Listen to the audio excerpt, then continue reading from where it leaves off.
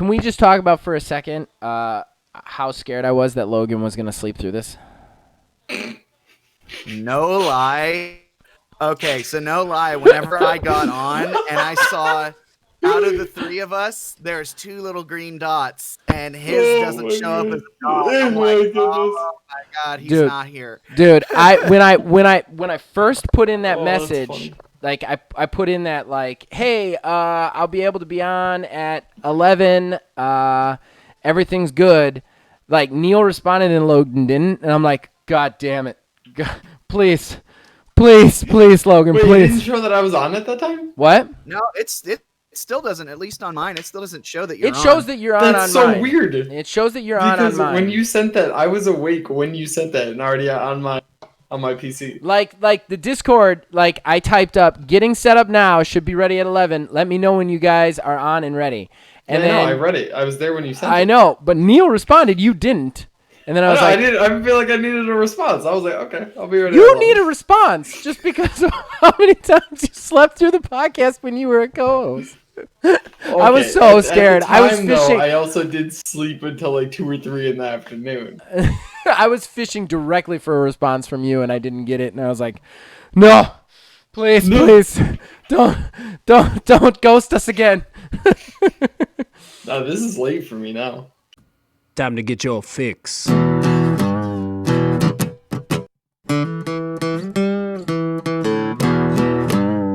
It's a horrible gaming podcast. It's not good, it's not great. Horrible gaming podcast. It's not even what you would call fair. It's really not that good.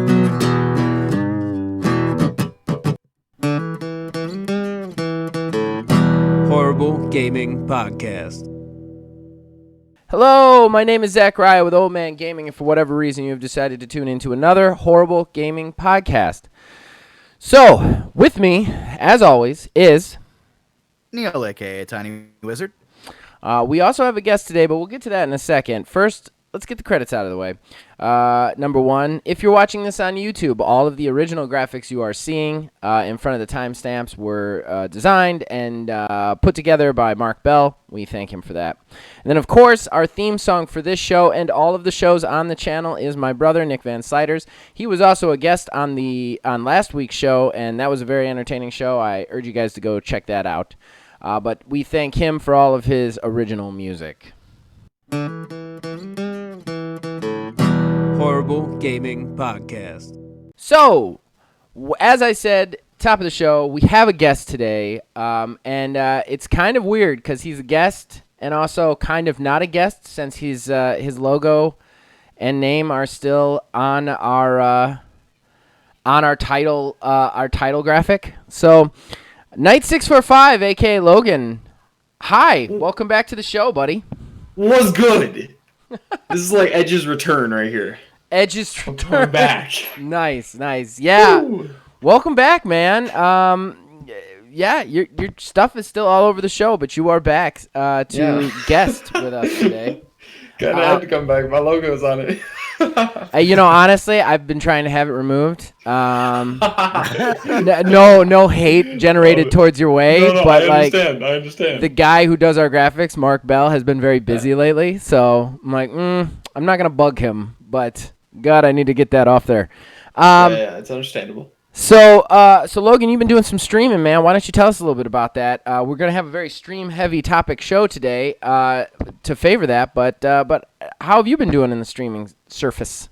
So yeah, I started streaming. That's a thing, and for some reason, it actually blew up, which is doing very well. I expected it to take longer.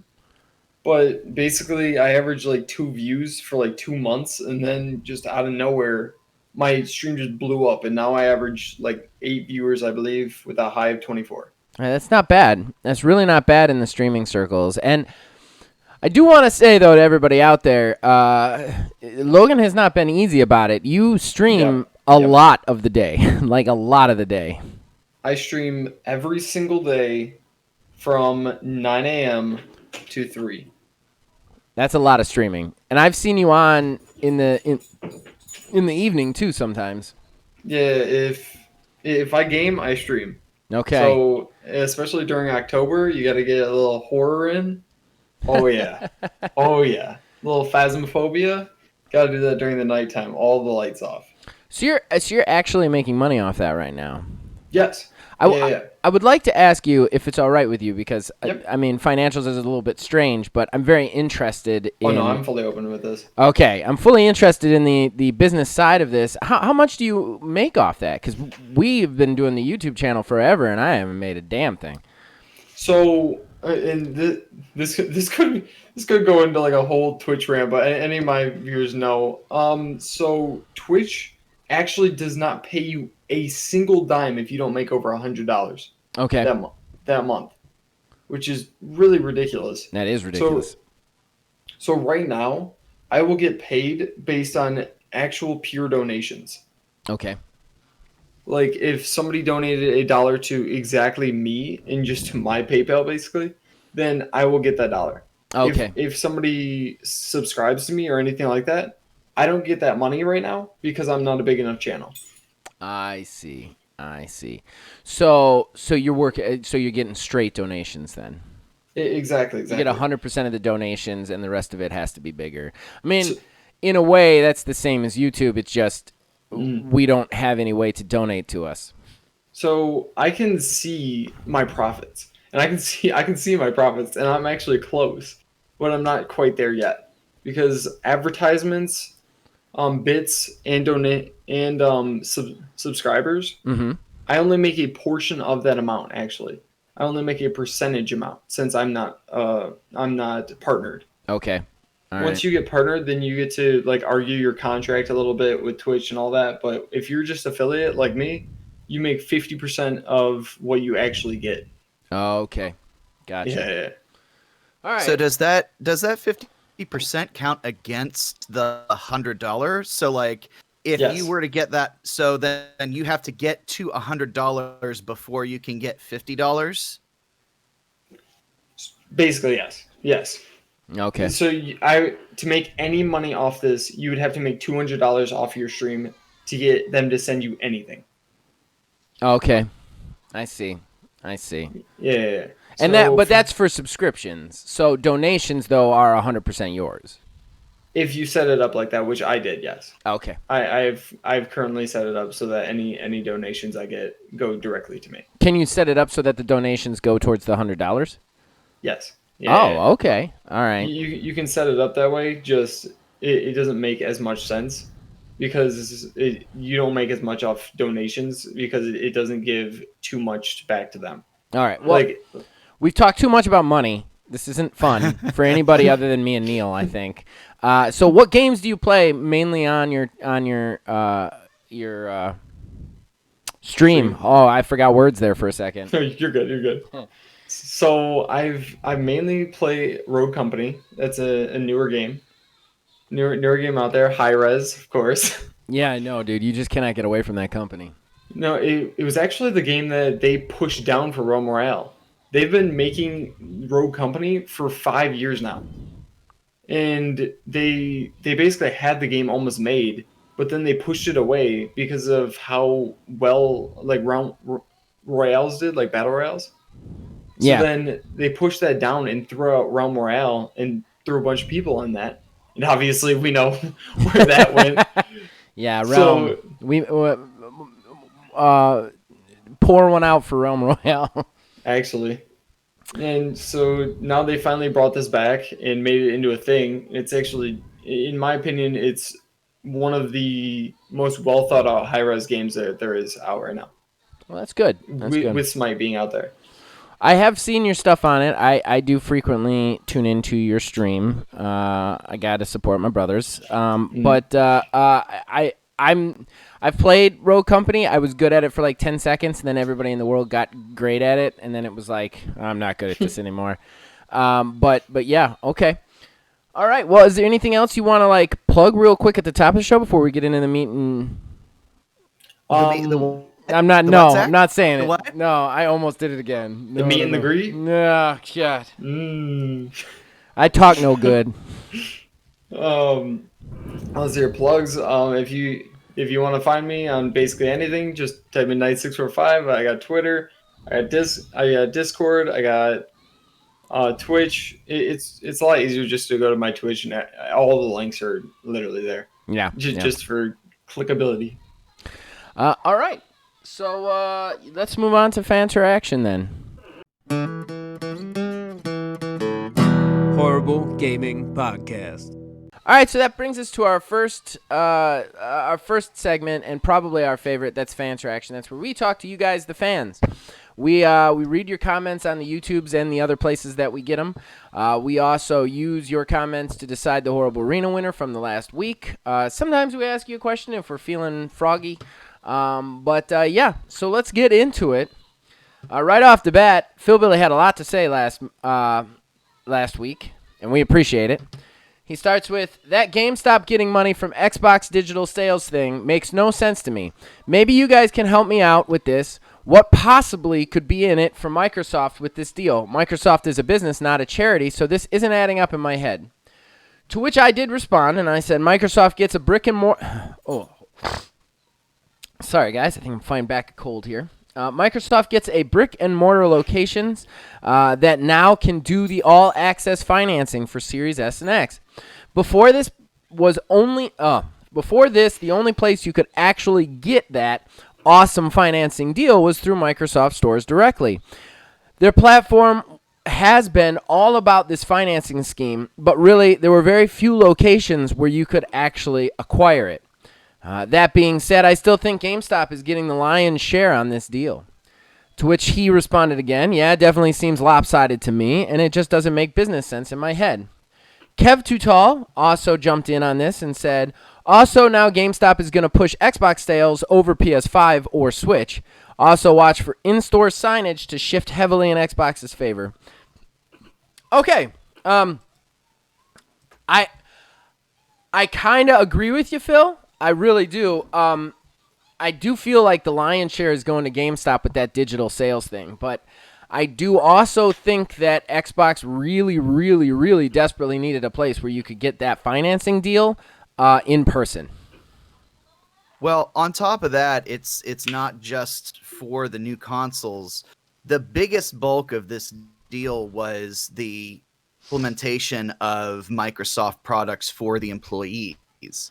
So Right. now instead of iPads, they're going to be using Surfaces, Microsoft, like actual like Microsoft brand computers for any sort of work that they do, as well as like a company-wide subscription essentially for Office 365 for the company to do all of its business. So, I mean, Microsoft is getting a pretty good deal. That's not a good thing for Microsoft, though, man.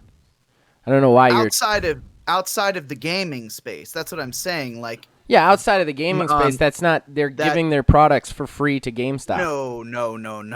You have to buy that stuff. Just because you have a partnership with them doesn't mean you just get it for free. Because if that's the case, I would love to partner with Microsoft right now. Yeah, but you don't have any brick and mortar locations to sell their video game systems. I got one. I got a front porch. I got my living room. I'll sell it here. Send me 5 of them. I'll sell them. I'll buy. But yeah, they will. They definitely will be more incentivized to push Microsoft products, to push, the subscription services in that regard. So I mean, that's going to be good news for Microsoft because they have more exposure at those brick and mortar locations. So you don't have to do everything necessarily online. For people like myself, who would much rather walk into a store than to do something like that online. And then, of course, the cut of the digital sales, which is like the craziest part. That's of all crazy. That I don't even know how they're doing that. I don't even know how they're doing that logistically. But aside from that, I do still feel in agreement with Phil Billy. I think that if you compared what each company was getting out of this deal, GameStop on paper definitely seems to be getting more. I mean, you've got a company that was basically on the verge of death being rejuvenated, whereas you have another company that could have gone to another store or another chain to get this deal done. You know what I mean? So I don't know. I don't feel like Microsoft is making out like a bandit. I feel like GameStop kind of is. So I kind of see where he's coming from on this. I do think, though, that the absolute the absolute most important part of all of this for GameStop is the brick and mortar place where you can get the financing. I mean, outside of that as well, Microsoft did have at one point all of their kiosks and stores and malls that were the Microsoft, and then they did all of their business through that. So they gave up that retail space and basically moved it into GameStop because you could do all that sort of Microsoft stuff through those kiosks. So that's also rent that they're not necessarily paying anymore in all of these malls and stuff. That's true, but I still don't. It still doesn't quite add up to me. I think really they were desperate to get an established store basis for their series, their all access. I really think that's what they needed, and at the end of the day, they were willing to give a little bit more than they got to do that. Which very well could be. I mean, I can see that definitely also being an option. Right. I'm not arguing with all your points. They're all there. It's still in my head. I still feel like GameStop made out like a bandit, but I think Microsoft was in kind of a tricky situation because they were in this situation where all their marketing is this all access thing. Like if you really look at everything they're targeting, it's this all access financing they want, and when you really look for it, it's kind of hard to find, in the physical, Yeah. So I think they needed that. Moving on, Kev then typed, the PS5 recording has to do with voice chat. If you call someone a worthless D-bag, you can report it on your PS5, send a snippet of the voice channel to confirm. He then immediately typed, laugh out loud. You guys reached this point right after I typed it up, laugh out loud, to which I said, I was about to say. Then, Logan, you just yelled Titanfall. Oh, okay. One thing on the okay. I want to talk on both of those. Okay. So one thing on the last one. Yeah. The first thing that came to my head while that was being discussed. One person's gonna have to review these. Yep. Somebody's gonna have to review all of these horrible messages. Yeah. That guy is going to have a bad day, man. Can you? Every single day, people are going to have to review this. Do you know what I do all day? I go to work, and I listen to people saying racial slurs to other people over a video game. Like, all day, that's what I do. And I decide whether they need to get banned or not. That is a terrible job. Well, I tell you, I hope, too, it's not based off of an algorithm, hopefully. Ooh, because then we'd be in real trouble. That's when this starts to get really dicey, because at that point, then you'd have to be like, oh, well, I didn't actually say that, and then, flag the claim and then go through all those channels, and then at that point somebody would actually have to listen to it. Well, and algorithms are nice, but I think in those kind of situations you get into real trouble with it, especially I've already had some fights with the YouTube algorithms. I think you get into some real sticky situations if you start doing that. I think they've got to have a person moderating this. They can't do algorithms on that, or PlayStation 5 will be in trouble. Because then you're basically setting up a computer program to regulate your free speech, and that is, now you're in serious trouble. Oh yeah, that's like a class action at that point. Then and I know you also said Titanfall because my brother just got into Titanfall too. Someone mentioned Titanfall, and I just had to. Yeah, Nick just started playing Titanfall 2 on Xbox. Yes. So he was very excited about that. I'm very excited about that. Then Phil Billy was back again. As far as the GameStop not honoring pre-orders, you guys are correct. I can't find what I read through a Google search anymore. I assume it has been buried, as I read that info months ago when GameStop announced all of its store closures. If I have time to search further through Reddit posts and find what I was referring to, I will post it. Thanks, Phil Billy. Like I said, nobody was saying we didn't believe you. We just, it's weird because, if you don't get the news, right away or, bookmark it, it gets buried. It's impossible to find after the fact, Yeah. And then Kev Too Tall, sorry, Zach, I am definitely going with Neil on this one. So he picked you for the Horrible Arena. And then my brother picked you on air. So, Neil, you get another win, man. You're on a roll, buddy. Ah, thanks. Yeah. I really thought I had you beat with Ember. That's for sure. I mean, it was a very good idea. It was definitely a good idea. Yeah, I don't think either one of us have had any bad ideas. I just like mine to be better than yours for a change. You know, it actually kind of gave me vibes of there was a game that was announced, I think it was like either this past year or the year before. It was like a heist game sort of thing, or not a heist necessarily. Can't remember exactly what it is now that I'm really thinking about it. Okay. But it was something to where you basically had a goal to accomplish and you could do it literally any way it is that you could figure out to do it. I love stuff like that. That's the kind of games that I will play for the rest of my life, like those kind of games. All right, so that concludes Fans for Action. I think we should go ahead and move on. Alrighty. Horrible Gaming Podcast. All right, so that brings us to our first talking point, and it is definitely streamer heavy.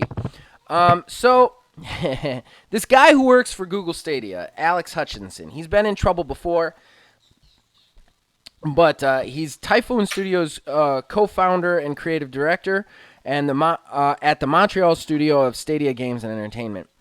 Out of nowhere, he decides to make this insane tweet about streamers should pay developers. I'm going to just go ahead and read it real quick so that we have it right when we blast him. He says, streamers worried about getting their content pulled because they used music they didn't pay for should be more worried about the fact that they're streaming games they didn't pay for as well. It's all gone as soon as publishers decide to enforce it. He then added to that, the real truth is streamers should be paying the developers and publishers of the games they stream. They should be buying a license like any real business and paying for content they use. Okay, so he said that Google did come out and say like 4 hours afterwards, I think you said, Logan, that our employees don't speak for us as a whole. Yep. I will be surprised. Honestly, I don't even think that's enough. I think Google Stadia should kind of fire this guy, but we'll get into that in a second. So as a streamer, do you think you should pay developers there, Logan? Okay. So I'm gonna start this off with a little bit of a sentence here. So companies came out and said, we are pulling all your content that has our music in it. So it's the second wave of copyright is what it's being called. And that majorly affects me, and it majorly affects every other streamer out there. Right. And everyone is against this. Even most artists are against this. If you look at people like Common and people like pretty much everybody besides Kanye. Look at Logic. He even signed with them so that people could use his music. Right. The artist is not who's against this. It is the record label. Right. It does not want their music being used. And so now that this second wave is happening, lawsuits are being filed and people are going against this. And it is like a whole thing of just negativity. And then the fact that he's with Stadia is just like a whole laughing point as itself. But the fact that this dude came out and said that I should be paying for that stuff, that literally kills every single minor streamer that ever wants to stream. Right.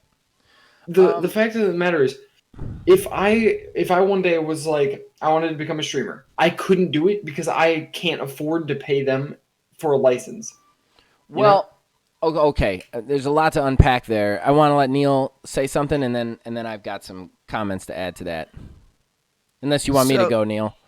Well, I was actually going to ask for clarification on this because I'm not quite sure. I honestly hadn't even heard about this story. Okay. Truthfully.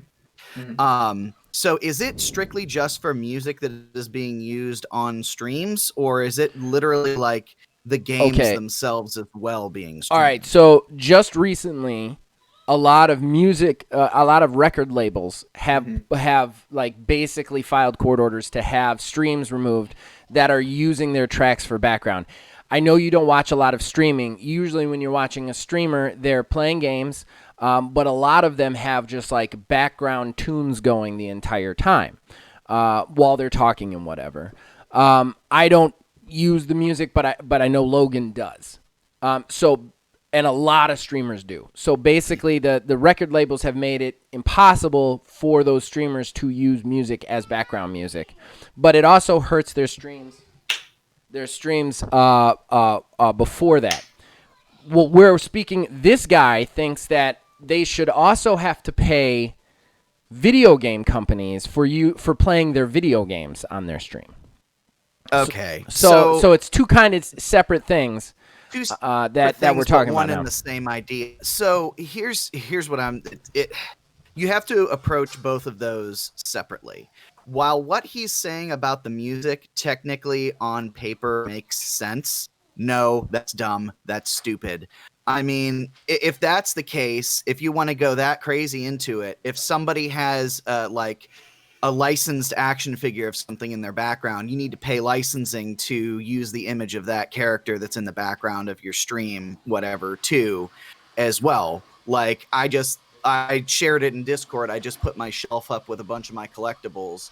If I were to have that sitting behind me and doing a stream with the camera face back there for every single thing there is, I should pay a licensing fee for somebody? Right. No.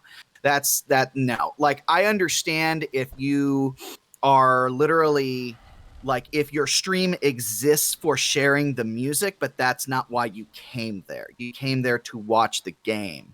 If music just so happens to be happening, okay. It's not like somebody's turning on a game stream to listen to whatever music track is playing in the background, trying to listen through gunshots and explosions or whatever it is that's happening. Right. That's just asinine, as well as the fact that, a lot of people anyways pay for streaming music services anyway. So, I mean, technically, if somebody already has their own music streaming subscription and somebody watching whatever it is also has their own music streaming subscription, then there's technically no real law in that regard with licensing being broken, because everybody has the license to access that music.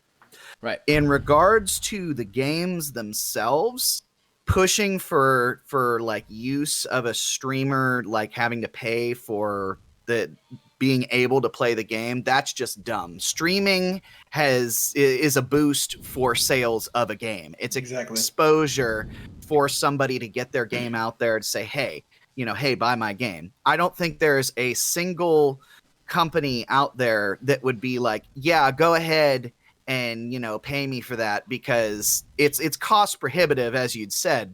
Like, if you were to have to buy a $60 game or 70 or whatever they're going to cost now, that's a cost that you're not going to want to eat. And then all of your viewers won't see what it was that you were going to do. Even if a quarter of those gamers who are watching, the stream were to buy whatever it is that you are streaming, that's already more money than they would have had in the first place. Right. That's just exposure and everything like that. To suggest that we have to have, a licensing out of something like that is just ridiculous. Yeah. You've definitely kind of echoed everything I was going to say. I personally, there are at least 5 games I can think of I would never have purchased if I did not watch them on a stream. I wouldn't even consider myself, excuse me, sorry, I hate people who belch on mic. I apologize for that, drinking a Coke. As I was saying, there are at least 5 games I can think of in my collection right now that I would not have purchased if I had not watched them on a stream. I don't even watch stream. Like, I'm not a stream watcher. I watch Logan on occasion. Most of the time, I don't go on streaming. I'm not that kind of guy. I like Let's Plays. However, when I want to buy a game and I want to see it played and I want to know if I want it, I don't go to reviews, because the review system for video games is total trash. Please check out my terrible talk on how you can make reviews better.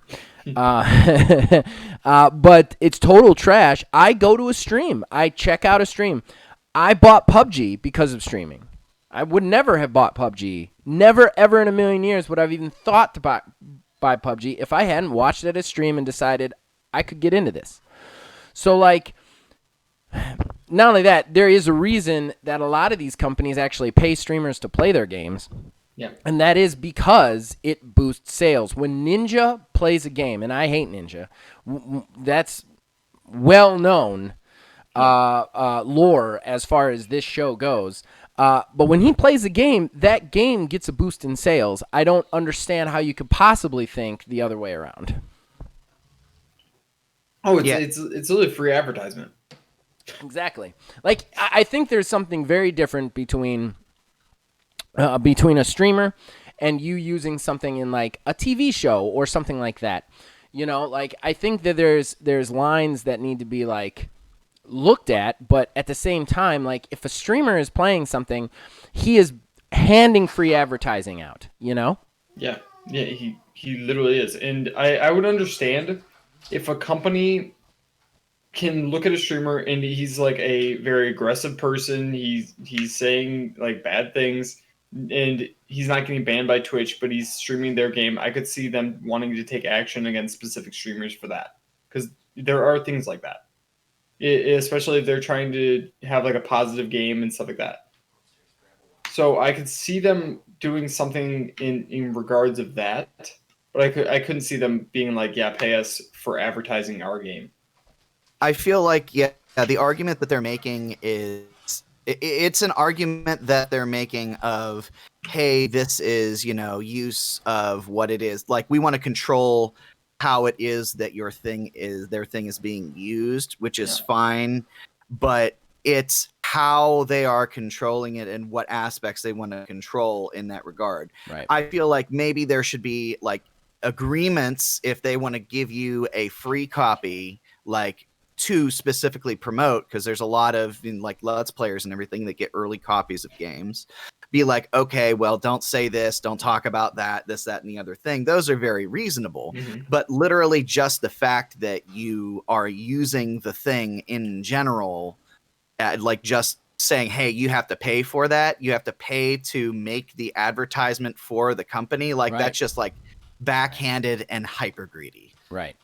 I agree. It really is. I agree. I think if you're buying the game, you can say whatever you want about it, and you should be allowed to say whatever you want about it. Like, and it's one thing if the company, like you said, it's one thing if the company gives you the game to talk about it specifically. Okay, then maybe there should be restrictions on what you can say and what you can't say. However, if I go out to a store and I buy a $70 game and I put it on my channel, I should be allowed to say whatever I want about it because that's a product review, you know? Yeah, exactly. And I definitely shouldn't have to pay somebody to tell them their stuff is bad. Yeah. I feel like him comparing it to the copyright of music is just insane. Yeah. Insane. I don't get the thing is like, if you talk to any artist out there, they want their, like, true artists, not somebody who's just like in a boy band for money, you know? Like, if any artist out there just wants their art to be viewed and enjoyed, like, like that's their first and foremost, like, goal. Yeah. I mean, the money thing is great if you can make your money off of it, but like when it becomes about, like, that's what irritates me. Not to mention the fact somebody who listens to a song. I mean, talking directly about the music now. Somebody who listens to a song on a stream, and likes it is much more likely to go out and find the CD. Yeah, it's advertisement. Right. Well, how I've seen it on mine, and this is how it's affected me personally. I don't play anything that can be copyrighted on my stream. I turn on Spotify. Every single person that I look at has like under 100,000 views, at least under 100,000. So we look for very small town bands, stuff like that, to play and advertise. And if anybody likes it, I'll be like, yeah, this is the band. And we've even had a couple people that have watched my stream be in bands. I've had 2 people come to my stream and be like, yeah, I'm in this band and I give you full access to this. I will not say anything. My record won't say anything. All that.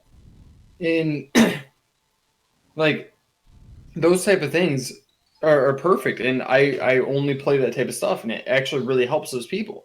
But then since I'll be like on Spotify, say my playlist is done and I'm like in the middle of a game, not really paying attention to it, just like Neil said, it is background music. Right. And it just you know, I have like the random songs on after my playlist goes over, and it plays a song that I shouldn't have played, and it maybe played 30 seconds of some other person's other artist's song. And I'm speaking like this is actually happening to me. Right. I played 30 seconds of a different song, and I go, oh no, I shouldn't be playing this, and I pause it. That entire VOD gets deleted. Every single bit of that gets deleted, and any clip that I used through that entire series. And Zach, just like you said earlier, I stream for a long time. Right. So if I do like an 8-hour stream during a day, It's all gone. and 8 30 hours. seconds of a song gets played, every single clip from that is now gone. Every bit of that 8 hours is now gone. So yeah, I still got the views. I still did my streaming, but I cannot make a YouTube video. I cannot do anything with that audio. I can't do anything with it. Yeah. Which is crazy. Yeah, it is crazy. It is crazy. I mean, on the music thing, I've already had some kind of fights with the YouTube copyright with my brother's stuff because his guitar riffs might be close to a guitar riff that's somewhere in their algorithm. So I have to literally like file a claim and at threat of my account being deleted. And could you imagine Old Man Gaming being deleted at this point? Like there would be tears, but potential Nobody suicides. Like nobody can delete Old Man Gaming. oh hell Gaming yeah! It's not a channel. It is an idea. Slowly, my fist raises in the air. All right. So I think we've covered this. You guys feel like we can move on? Yeah, we can move. Sure. Horrible Gaming Podcast. All right. So for our second talking point, Phil Spencer said some stuff about cloud gaming, and I'm going to toss it to Neil because he's a little bit more familiar with this story than me. Neil, can you give us the sum? Well, I mean, it's pretty much can be condensed down to one point, pretty much. He said that in regards to Project xCloud and everything and the future of this generation, what they're going to be doing moving forward, don't be surprised if you see, lower price tech, not necessarily excluding a stick that you would plug into your TV and buy a controller and just connect to and play any sort of Game Pass game streaming through Project xCloud. That wasn't like an official, like, hey, this is what's coming. But I mean, they're very open to the idea. And honestly, I would be more so surprised if it didn't come to fruition. And more so just the exciting prospect that it could be the final nail in Stadia's coffin that is somehow still open. Yeah, we need to get rid of Stadia. Stadia is just the worst. It's the worst idea. Worst. Like, the idea behind Stadia is wonderful, and that's why xCloud is doing good, because that's basically what it is. It's a better execution of Stadia, period. Yeah. But Stadia itself is so money-grubbing and evil. I just want it gone. I want it off my Hulu ads. I want it to go away. Well, I'm sorry. Go ahead, Logan. Go ahead. yeah, no, I was just gonna throw my 2 cents in on it. It's just when you look at the two executions of the same idea, Google has that basic infrastructure that's already existed, but they were trying to purely buy the idea by just throwing money at it and saying, hey, this is a thing that you guys want and like. Let's do this. Whereas Microsoft has slowly rolled through each individual part of this, like rolling out Game Pass. Now Game Pass is established. And then they're like, okay, Project xCloud. And then we got Project xCloud. They now have touch controls for certain games on the phone now. So you don't even necessarily need a controller anymore for Project xCloud. So they're like perfecting all of the steps in the process before they finally marry it all together and be like, here is the thing, the final product and version of this thing. And they're doing that by listening to people instead of grossly just like doing the most monetary thing possible, which is what Stadia is. I mean, everybody told Stadia that they didn't want to pay full price for a game that they didn't get to own. Stadia was like, it'll be all right. They'll listen, and that's hurting them, They told Stadia they don't want to pay for this thing that's like incorporeal, whereas Xbox has done a thing where they've been like, we're going to build this onto our infrastructure, and each time we do it, we're going to listen to the people, and we're going to give them what they want, and that'll be what they want to pay for, Not trying to like tote Microsoft above anybody else, but in this specific situation, they really listened to people, and they gave people what they wanted, and because of that, they're being very successful, Very much so. Yeah. I'm going to give you a chance to talk, Logan. I want to add one more thing to this, though, while I still have the floor. This is probably a little controversial, but I want to say I don't think we're gonna have I think in the long run, like within the next 10 years, I think consoles need to go away altogether. I think they're antiquated and outdated, and the leaps that they're making are so incremental at this point for the price tag that you have to pay. I would much rather pay for cheaper systems that do basically the same thing. Like some of these leaps that they're making, human eye can't even pick up. And I think in the long run, people are going to start to adopt that, and that's going to put traditional console companies, much like PlayStation, in a lot of trouble. Oh, I love this. I love this Yeah, topic now. I want so badly for you to be wrong, but I think that it eventually we are going to get to that point, and that's something that I've alluded to in the past before. It are eventually going to get to the point that it's going to go all digital on the console, and then from there, after it goes all digital, then it's going to be strictly streaming to where just going to be owns refined anything. PCs at that point. I think I understand what you like about this, Neil. I understand what you like about console gaming. It's what I liked about console gaming, but the problem is that I think if you really look at it, the stuff you like isn't even there anymore. Like it's incremental changes for huge astronomical price tags. And that's a problem for me. It's not like I'm sorry, I didn't see anything that the Series X or the Series S or the PlayStation 5 showed me that was that much better than the last generation. It just wasn't. It's not worth another $500. It just isn't. I mean, I would much rather see consoles become more refined, and instead of making these huge leaps and bounds, sell them for a little bit cheaper and just sell us a new console every so often, you know? Yeah, I don't know. Logan, what do you feel about it? Yeah. Oh, I love this topic because I went on a rant about it on my stream. So I feel like consoles are disrespectful. Oh. And here's why. Hey, buy my console. Yeah. Okay. And then in 2 years, I'm going to sell you the exact same console, but there's an S. And it looks a little bit different. Also, pay me monthly to use the internet that you already have. Yeah. So pay me for that. Also, any game that you want to buy, yeah, full price. No matter what. Even at a discount, you're still paying $40+. Okay. And then, by the way, you cannot use Discord.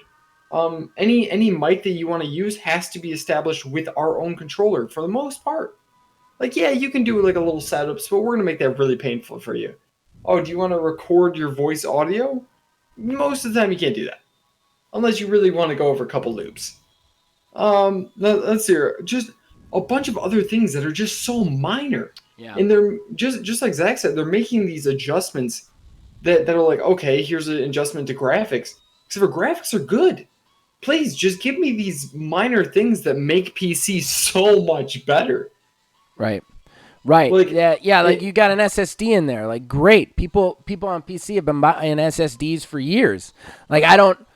But you want another $500 for an SSD. So basically, all it is better loading times. I have to pay a whole $500 for better loading times. That's what I'm getting out of $500. You can't give that to me any cheaper. Oh, also, most of the games you want to play, yeah, we don't have those.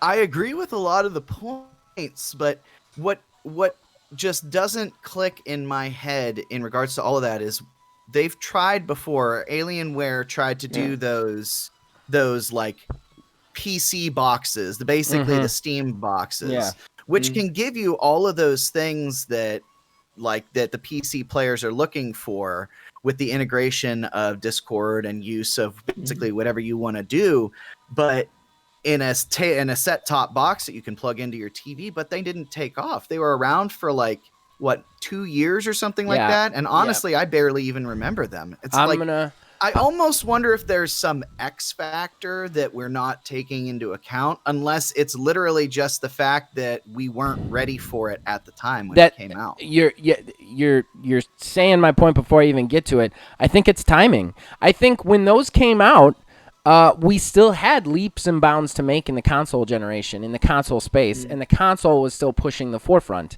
in my opinion. You still had a more complex PC setup that people didn't want to get into to make it what you wanted it to be. So the consoles were still like leading the tech, in my opinion. So you were still waiting for that big generation, and nobody wanted to like, oh, that Steam box. I think right now, if Alienware pushed that Steam box, I think we would have a very, very, very different conversation. I think there's a lot of people out there who are a little bit more ready to be done with this console thing all the way around. And while I don't think that the consoles would die, I still think we definitely wouldn't be talking about them as a footnote. And I think that's the tricky part about tech space is everything is kind of like timing, you know? Yeah, definitely. I mean, just look at something like the idea of the tablet.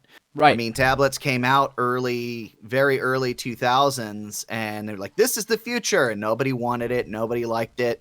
But then, iPads came out and the tech was there, and now everything is a 2-in-1. Right. Yeah. Right. It's real interesting. I think that, like, I don't know, my opinions of some things have definitely shifted since I've been on a full-blown PC for the last few months, and I don't know that they'll stay that way. My opinions change quite often, and there are things about consoles that I do like, that I still find appealing to me. But like in this day and age and where we're headed, I don't feel like it's worth it to buy. Like when I paid $500 for my Xbox 360, it was like, holy crap, look at that compared to the Xbox original, right? Like, look at the difference. Yeah. Like, you could see the difference immediately. Well, I didn't pay it. I got it as a gift. But when I got the Xbox One compared to the 360, it was like, this is better. It's much better than the original.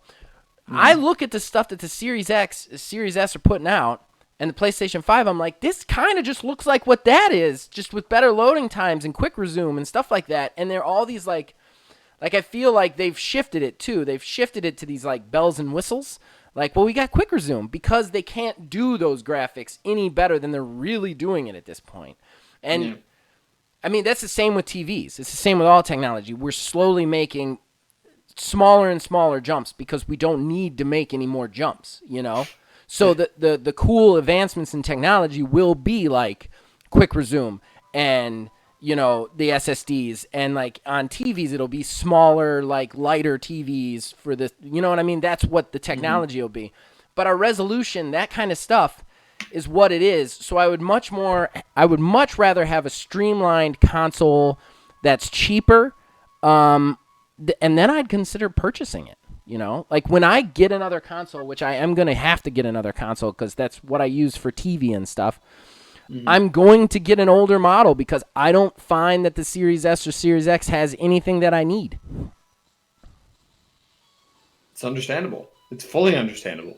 But like what I'm saying, though, is if they were able to create a system, like I feel like they're trying to do all these leaps that don't really matter that much. If they were what if the Xbox Series X was $350 and it didn't offer as many of the insane bells and whistles that the new one has, but it gives you all the games and it gives you everything, just a little bit better stuff, like a more incremental jump instead of like overbuilding it the way they did, like a more incremental jump, but it's cheaper. Wouldn't you consider that over like the stuff that's coming out now? I mean, maybe I'm off base. Why would I trade what I have now for that, though? Well, I'm not saying you would trade it for what you have now, but like I would get it to supplement my collection. Like I've already said, I still play my old Xbox games. I'm not going to stop playing that, See, I mean that. Oh, go ahead. Okay. So where I was going with like the disrespect thing, and see, this is where we're gonna smoke a couple bells and whistles right here. Okay, so I feel like it is feeding to the quote unquote dumb gamer. And okay. I'm not saying that they're like a dumb person or anything like that. I'm saying us three, we spend a lot of time doing research on these things and like actually like thinking about it. But then but we have to come to terms with the average gamer doesn't really care Right. and sees, oh, new and improved. And He wants a new Madden box. Exactly. So I think that it really approaches that dumb gamer mentality of, oh yeah, we're improving this and this and this, and most people don't know what they're even talking about. So then they'll just get it. Well, and that's the thing. Like, I feel like if you had a cheaper, like at that point, it's about price because the casual people are looking at price over anything else. So, like, I feel like the casuals, you'd get the casuals in that. But I don't know. I think we've got very different ideologies, the three of us. But it's very interesting to see where this is going. I've said this to Neil before on the show. We're in the Wild West, you know? Like, we're going to see everything, you know? Mm-hmm. For sure. Neil, do you got anything to add to this, or should we move on to odds and ends? No, I was just going to go back to the point that you were making about like something to supplement what it is that you have. Right. Until Microsoft came out with, you know, the OS size for the Series X, and presumably it's going to be the same on the Series S, as well as the current price for storage expansion on those new consoles. I was seriously considering getting an Xbox Series S whenever it came out. Right. So that way I would have next-gen access in some regards to some of the stuff that I pretty much only have an Xbox for anyways for that first-party stuff. Right. But, I mean, granted, their execution in the long run on that terrible. wasn't the greatest, and that's a whole separate thing. But I mean, and you'll remember on the podcast we talked about that. If I had heard about that system first, I might not be on a PC, you know? Mm-hmm. Yeah, I just, the idea of having a lower cost alternative that can do the same thing without all the bells and whistles is very appealing to some people because, like I said, myself, we've already committed. We have our PS5 pre-ordered and everything, but like we still kind of want access to some of those newer games like Halo Infinite. I mean, it's still theoretically going to run on my Xbox One S or my PC just fine. Right. But I mean, I would like a console that can still do that as well. I mean, and that's fair. Like, I don't necessarily want... I'm kind of in between. Logan's very PC. You're very console. I'm kind of in between. I like the console experience, too. But, like, if you were offering me as a casual gamer, if I was the gamer I was before I started this channel, I would be looking at price above all else. That's what I'd be looking at before anything else, you know, because if it got me what I needed, that's what I want. I think that the Series S was a good idea, but they overbuilt that too, and then you're in this situation where it almost costs more to play that than it does the Series X because of all the bells and whistles you need to just purchase afterwards, you know, aftermarket, like the memory and everything. But so they kind of overbuilt that. But if they could have done that, if they could have, like, instead of the Series S and the Series X, just released one at like $350 or $400, I mean, how does that not win? Like, this next gen, it's not as big as the PlayStation 5, but you don't need that. You just don't need that. So I don't know. All right, we definitely need to move on, though, if everybody's okay with it. Absolutely. All right. Horrible Gaming Podcast. All right, so that brings us to Odds and Ends. This is the segment where we like to catch little stories that don't necessarily deserve a full talking point, only sometimes we decide to give it that much time anyway. So, Neil, why don't you head us off? What you got for us in Odds and Ends? All right, well, last week, for a very brief period of time, whoever was running GameStop's online store kind of screwed up big time and accidentally made a bunch of stuff free. Some of the stuff that was made completely 100% free, Final Fantasy VII Remake, the Mega Man 0/ZX Legacy Collection, and a bunch of Switch accessories.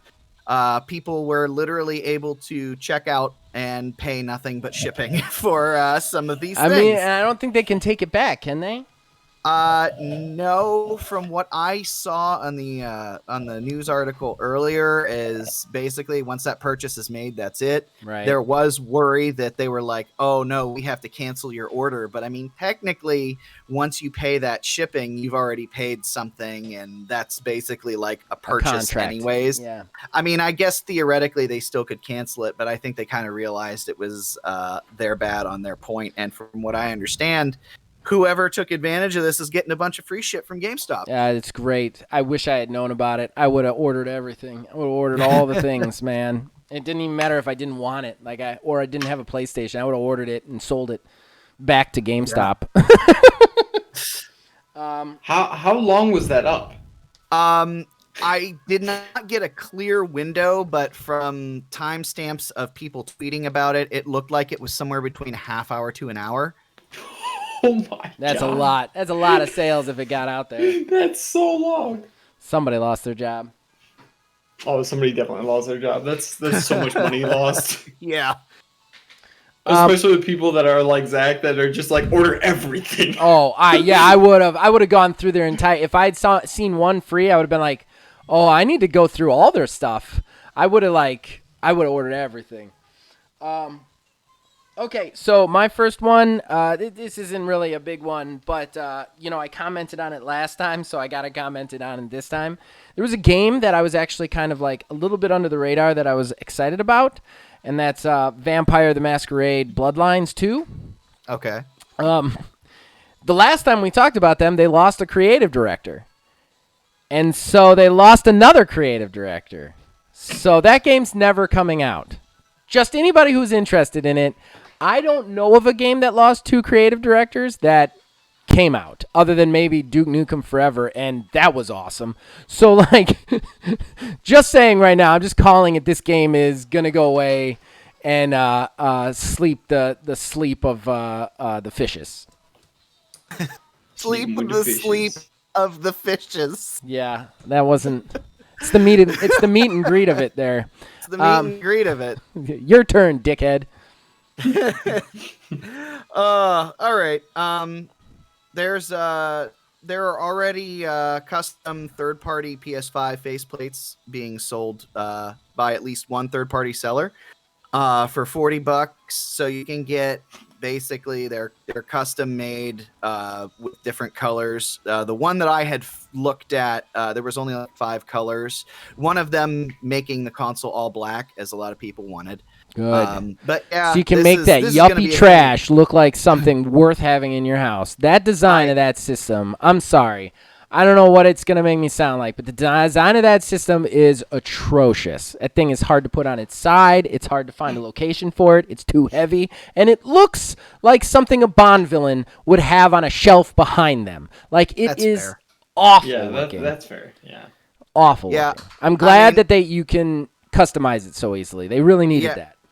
Yeah, I'm hoping that there are going to be some first-party solutions for that, but I mean, third-party as well. I mean, that or even just popping off the ones that you have and spray painting them. I mean, I think that's cool. I had said before, I want to go back to like the Xbox 360 had the swappable faceplates as well.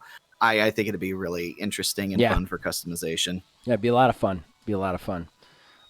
Okay, so I only got one more. Do you got one more? Yeah, I have one more, so go ahead. All right, so mine is a little bit rough. Bethesda is in trouble again. So everybody knows about Rune 2 coming out, and then basically immediately their company getting like shut down and whatever. Yep. Like just a terrible opening. Apparently, Bethesda is the cause of this. I've heard about this. Yeah, let me bring up the article real quick so that I can speak correctly on the subject. I've been being smart and actually like saving articles instead of just trying to speak from memory, which I'm terrible at. Smart. Yeah, you'd think so, although now I can't get it to work so that I can bring up my bookmark. No, don't save that as a bookmark. Oh man, science. There we go. Bookmarks. Technology. Yeah, I know. Okay. I know. I love how we talk about it, and I still don't know how to use my phone correctly. All right. Bethesda intentionally sabotaged Rune 2 to protect Elder Scrolls lawsuit update claims. In December 2019, Rune 2 publisher Ragnarok Game sued original developer Human Head Studios, alleging that Human Head had attempted to destroy the game by the very publicity, abandoning it at launch day. I'm going to paraphrase a little bit. Blah, blah, blah. We could have transitioned basically, they kept the game when they run them down, refusing to turn over the source code and assets so other developer could take over the job. We could have transitioned the game. If they weren't able to participate anymore, we could have transitioned naturally. Here's the source code. We'll help you find somebody. Executive producer Matt Candle told me in a June 2020 interview, but they didn't do that. They actually did everything they could to prevent it from supporting the project. Well, it's come out now that supposedly the reason they did that is because Human Head got bought by Bethesda, and Bethesda wanted it killed in order to protect Elder Scrolls. Because a lot of critics had said that it was like Elder Scrolls on steroids, and this is a better Elder Scrolls and all that. So they've brought ZeniMax and Bethesda into the lawsuit, basically saying that they conspired. What's interesting is this came out, and the person that Matt Candle, the guy who started it, he didn't even know that Bethesda was in it. It just like came out through their investigation, basically. I don't know. I almost wonder if there's some other level to this whole story, because being worried about, another company stealing the thunder of somebody else. I mean, Bethesda now lives at Microsoft, and they have Obsidian. So I mean, there's that too. Yeah. I mean, there's a lot of copycats from that. I don't know as if it's just because it's a medieval theme that they're worried about it, or I think that there's still one more layer of this that we still don't know. And I'll agree with that. I do think that Bethesda has really done some evil shit in the last couple of years, and it bothers me because they were always kind of like a company that we liked, And just in the last 2 years, it's come out that they're kind of evil sons of bitches, and it's not happy. I mean, I know Philbilly's out there. All game companies are about money. Yes, they are. However, there's a right way and a wrong way to do it, and it seems like Bethesda's doing it wrong, and it sucks. Yeah. And Elder Scrolls was Bethesda's most popular game, because Elder Scrolls is one of the most popular games of all time. Period. Yeah. It's Elder Scrolls and Fallout for Bethesda, really. So it seems like they're just scared that one of their things is going to get ruined. Yeah, it's hard for me. I don't know. I think it shows a lot of lack of forethought on Bethesda if it does come out that they truly block this, that they would worry about a smaller company's game hurting their game in any way, shape, or form, especially when their Elder Scrolls game is still 5 fucking years off, from everything we're hearing. So I don't know, but I tell you, what you said, Neil, makes me worry even more about Obsidian and them being under the same roof of Microsoft. I'll say that right now. Because if Microsoft picks Bethesda over Obsidian, I'm going to be really sad, because Obsidian their games are just amazing. And I don't want them to stop making the games they're making, Do you think that Microsoft would pull an EA and make Obsidian start making stuff that they don't necessarily want to make, a la BioWare with Anthem? No. That's what I'm very afraid, that Avowed goes away and Obsidian starts working on the next Elder Scrolls, which will frustrate me to no end. Same with Outer Worlds. Do we ever see a sequel to Outer Worlds now?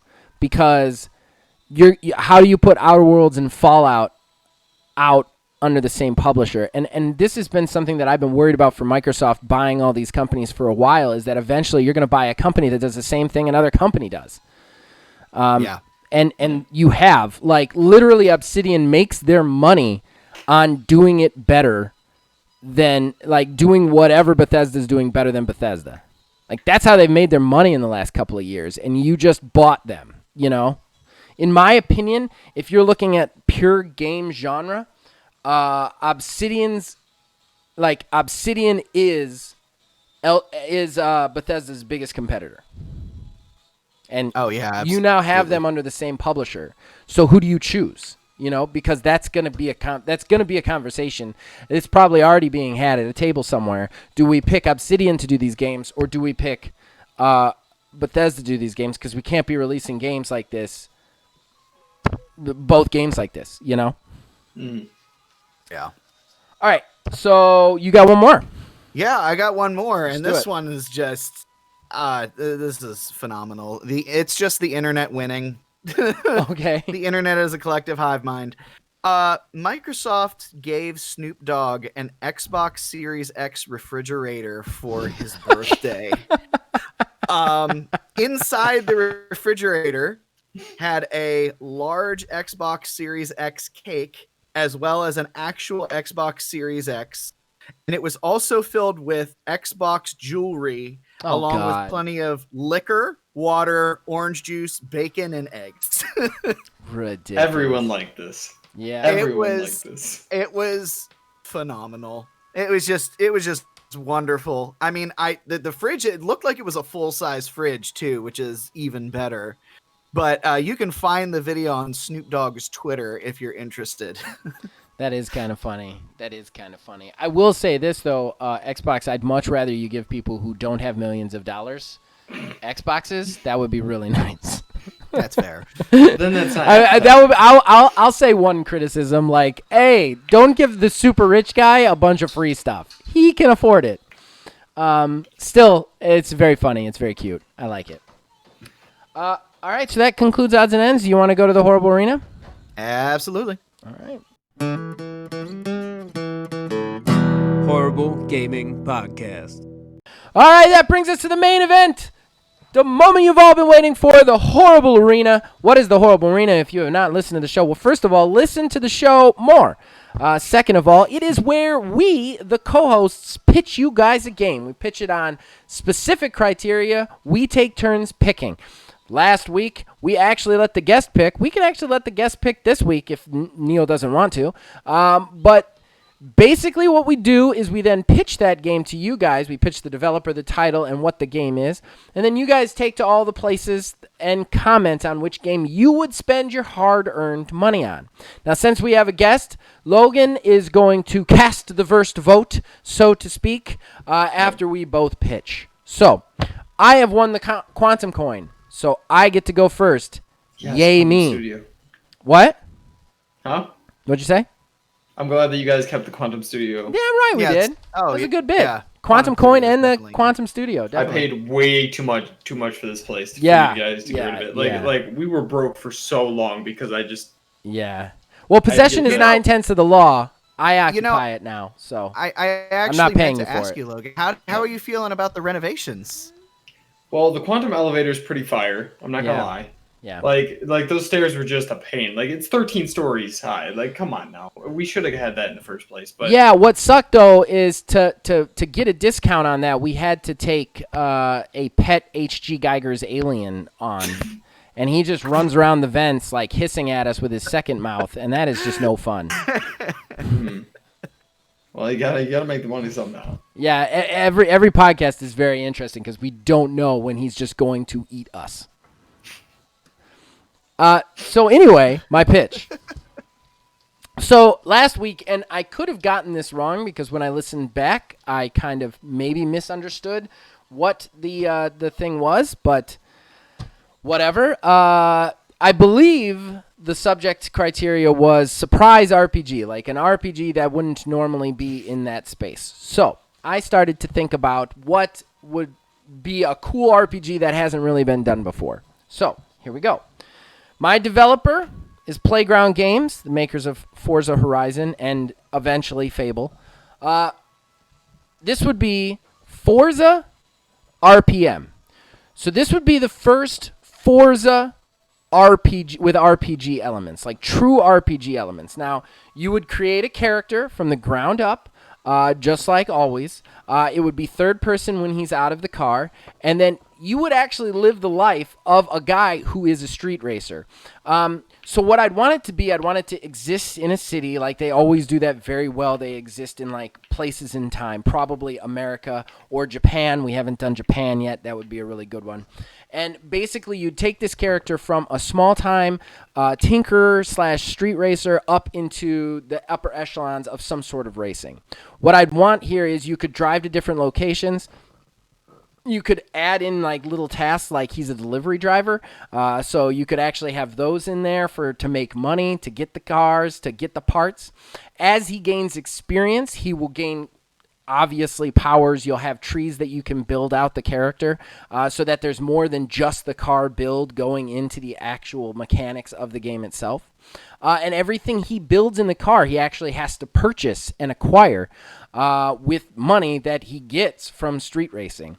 One of the things that I really want this game to have would be a different way to end the game, kind of a different start point and a different end point. So are you one of those guys who ends up getting into the street racing? If you do, then you kind of proceed on this kind of almost Fast and the Furious-esque like street racing, dealing with the cops kind of storyline. But do you want to be a legitimate racer? Maybe you get into that scene and eventually go into like Grand Prix or something like that. Grand Prix, sorry. I was just. I don't talk good. Don't interrupt my pitch, god damn it. So I want these kind of like alternate roads to go. I want the game to be able to, much like Cyberpunk Totes, I want it to be able to end in a completely different place than it started for you. I also want a rich end game here because once you get to that level, you'll just keep getting like procedural content in that area to kind of boost your character, boost your car, make better things, that sort of thing. And yeah, this is going to be the first game that I pitched with no multiplayer. But one of the other cool things I'd like to have in it is kind of like a tree for an engineer, somebody who likes to work on the car. So yeah, so that's my game. It is a racing RPG all the way, and it is Forza RPM. Neil, it is your turn. Okay, well, I thought that I had remembered exactly what the criteria was, and I guess I might have been wrong, because I thought it was just RPG in general. Well, see, that's the thing. At first he said turn-based RPG. That's what I thought. And then we kind of shot that down because we had just done it. And then he said surprise RPG. But when I listened to it back, it's like we settled on RPG, and I didn't realize that, you know? Yeah. So like, I'm not saying anything you pitch is disqualified. I'm just saying like that's what I used as my criteria. Yeah, no, with mine, I went more so a pure RPG route with it. Okay. So I guess I'll just get into it. Yeah, then. just pitch it. Like I said, it's not disqualified. I was just kind of trying to say why I had pitched mine. Yeah. So this one I'm calling Project Morality, and it's going to be done by Square Enix. Most RPGs really follow like the same sort of cookie cutter idea. You know, there's a protagonist within a party on a quest to save the world from some existential threat.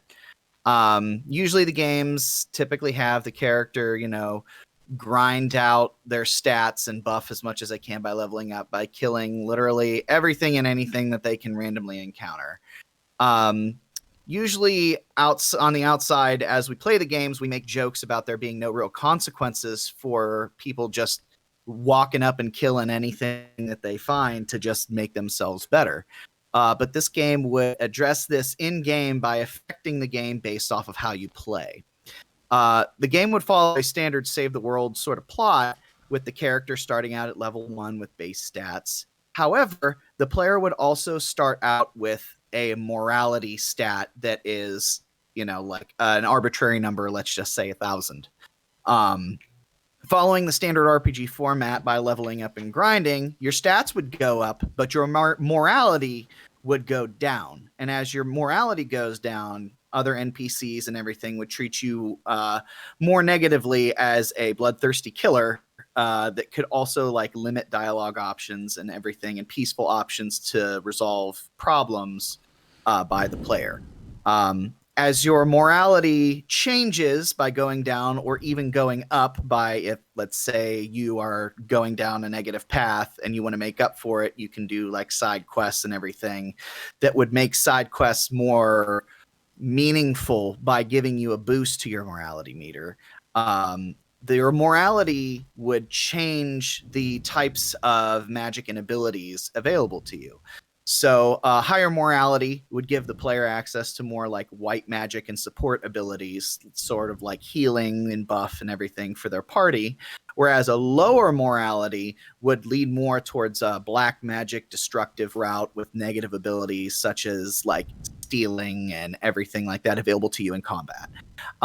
So basically, as your morality shifts within the game, so can your ability sets. And the game would literally just progress as any other RPG would throughout a period of time until you get to the end of it. But I think that would be a sort of interesting take on the standard RPG. Other games in the past have kind of tried to do this to some degree, but they basically just like kind of change dialogue options only or don't really affect the outcome of what can happen as a result of your interactions with other characters and everything. More so just giving you a different road to go around to meet the same main critical path again. But yeah, that would be my game, Project Morality. All right, there you have it, guys. Project Morality versus Project Forza RPM. What are you guys spending your hard-earned money on? But before what are you spending your hard-earned money on there, Logan? Oh, geez. Okay, let me start this off by saying these are actually both really good ideas. Our Horrible Arena game has come up, man, like real high. Well, like we've had like 60 some episodes of practice now. As Zach was saying I was like, this is so good. There's no way Neil beats this. And then Neil drops the morality. And I'm like, okay, hold up. And it's a really hard decision. It's a really, really hard decision. I feel like you're stalling at this point. I am stalling. I am stalling. Because both of them are just so good. But I think I'm going to have to give it to Zach for this one. Alrighty. Didn't think I was going to get it, Zach, honestly. Even though I would purchase probably both of these games because they both sound really good. Well, thank you. Thank you. I really appreciate that. I didn't think I was going to get it on that one, honestly. I honestly, no, like one of the ideas that I was thinking of doing was like trying to figure out a way of making a racing game an RPG. But we've had 2 times where we've basically pitched the same game. Yeah, but I was like, I couldn't figure a way to make it come together, so I just kind of abandoned that sort of line of thinking and then just went strictly RPG.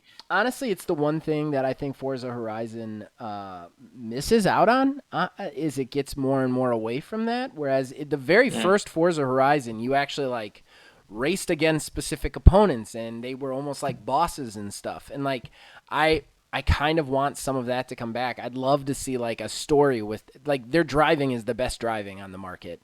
Like as far as driving games go, in my opinion, I'd love to see them add in like a story to it. It'd be so cool. But all right, so that's it for Horrible Arena. What do you think, Neil? Should we let Logan pick this one, or do you want to take it? I know you have an idea, but let's see if Logan has one to keep with the theme of it all. But if he doesn't have one, that's fine. I can throw mine out there. Do you have a criteria for us for next week, there, Logan? Criteria for next week. Yeah. Okay. I want to keep with the theme of the show. I want a game that also has streamer elements, like that the chat can connect with the game and have some type of gameplay where they can switch up the game for the streamer. That's a new one too. I don't think we've ever done that one, have we, Neil? No, we have not. We have not done anything like that. I'm kind of excited for this. I've never really considered this, but this kind of opens up a lot of possibilities. So I am very down for a stream game. So next week we will be pitching a streamer integrated game, and then the week after that, Neil, it'll be back to you because I'm out of guests at this point. Alrighty. All right. Horrible Gaming Podcast. All right, everybody. That brings us to the end of the show, which brings with it the shameless self-promotion. Logan, we'll go to you first, man. Plug it up, buddy. Knights645 on Twitch. You can find me there. Just like I said, everything else is based off that. My Discord's on there. We got a good Discord. And You do. It's a pretty good Discord. I haven't posted on YouTube in like a while, so but you can also check me out there. And then I'm also on Twitter. Okay. Neil, your turn. Yes. Well, I just want to thank everybody who has watched my most recent Terrible Talk. I'm looking at it right now. I'm at 91 views. Yeah, it's a good one in the past week, and it's dropped off, of course, which I knew it would. Yeah. My goal for this, I will be so pleased if I can get to 100. So, if anyone hasn't watched it yet or hasn't shared it, anything like that, if you want to just throw it out there wherever, go ahead. I put a lot of time into this, and given how it turned out and the reception to this one, I'm so excited to do my next one whenever that happens. I'm already starting to kick around ideas in my head and everything, and I think that at least what I'm thinking right now is going to turn out really good. But outside of that, we also do stupid things in Halo, which has been an absolute joy to do. Honestly, that's one of the things. I don't even care about the viewership count. It is just stupid fun and stupid dumb things that happens on Thursday. It's very much you and I's Borderlands 330. Like it really is. It's just two guys playing Halo and just having just way more fun than they should. Yeah, I especially can't wait until we get into the later games when they really open up. But that's about everything that I got. Okay. How about yourself? Well, first of all, I want to extra plug Logan because Logan did voice work for OMGW, and that's going to be the first thing I plug because right now, if you're listening to this on audio, it came out yesterday. If you're watching this on YouTube, it came out 2 days ago. But OMGW, our season finale, part 2 of our season finale came out on Monday, and then our big finale is next Monday. And I can't tell you how much work I put into that show and how much I love doing it. And Logan, you were a phenomenal voice in it. Thank you so much for doing Logan the VP.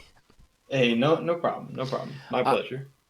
So that would be my big plug since Neil already nailed Halo Infinite Road.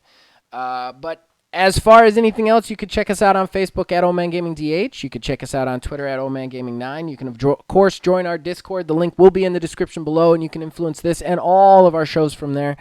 And we just like to talk to you. And please, if you love us, click the like, click the subscribe, turn the bell on if you like us that much. And as long as you guys keep watching and listening to these, we will keep making them. If for no other reason than because Neil and Phil spend too much money on it. All right. We'll see you guys next week. We'll see. Zach, breaking news. Just now, breaking news. You can tack this in to the show if you want. So Cyberpunk 2077 character creation overview. They have shown all of the different things that you can do to your character. I'm just going to touch on a few of them. The fun ones, I guess. There are 3 different types of nipples. There's a breast size slider, as well as 2 types of penises. I didn't know that there were multiple types. The dick and balls game comes through. And a penis size slider as well. Oh my God. There's only 1 type of vagina or none. And none? A butt size slider, as well as 5 different pubic hair types. Oh my God. Can I have a vagina and a penis? Oh man, I'm excited now. That you can't. I'm excited now. There's nothing that says that you can't. This is wild. I gotta look this up. So this is seriously looking this up. The next podcast. Yeah, there are are a lot of other other things too, customization options that have been that are described in this, but like Well, who cares? Wow. I can make my penis giant. Like, who the hell cares if I got purple hair? I can decide to have a vagina. Like, that's the lead there, guys. I can pick my nipple size. I'm gonna have giant areolas and just draggy balls. Like, it's gonna be wonderful. God, I can't wait for this game. I was about to say, you guys have to say something because now I look really crazy. No, We've talked about this. We've talked about this. I mean, there's like normal stuff too. Of course, you know, I'm very excited about that game too. I think 6 skin types, 35 hairstyles, 17 eye types, 8 eyebrow types, 17 mouths, 17 jaws, 17 ear types, 9 cyberware options, 10 scar options, 7 facial tattoos, 12 piercing options, 5 sets of teeth. All I keep hearing is penis and boob slider, just over and over again. Yeah, that's all I that's keep on hearing. there too. 6 lip makeup options, penis and boob slider types, penis and boob 5 slider, body tattoos, penis and boob slider. I mean, yeah, that's all of it. The one that threw me for a loop that shouldn't have surprised me was the 5 pubic hair types. That's weird. Yeah, what is that? Like landing strip versus just like crazy bushman? Like, I don't understand. Which I'm sure that's what it is, but I honestly want a flat ironed option. I can already see the mods now. The mods are going to be in it. Mod community is going to be going crazy, man. You gotta. I wonder how in depth fucking is in this game. Then, like, I mean, if. All right, boys, I gotta take off. Thanks for having me on. Like, I mean, seriously, if they're gonna put that many balls and vagina things in this, like, it's got to be like. I mean, that's the only time you'd see it. It's a first-person game. Right. Now I'm actually kind of worried that we made him feel awkward. Did he actually leave? He literally left. Oh, man. He for real left. Oh, man.